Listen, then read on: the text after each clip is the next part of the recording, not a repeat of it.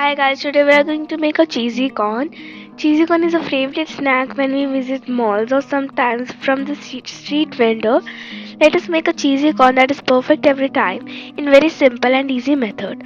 Learn the simple and tasty way to make the most delicious cheesy corn you've ever tasted. Let's see how we can make it. First, take 1 cup frozen corn. Boil it or steam it for 3 to 4 minutes. Remove the flame, take a bowl. Add 20 grams of butter, then add boiled corn and mix well.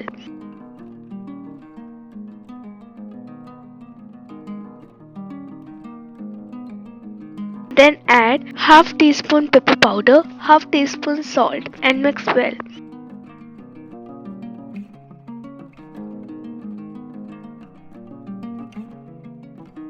Now our corn is perfectly blend and can serve now. Add it into the serving bowl and you can add few drops of lemon juice to make it more tasty. Have fun. Thank you.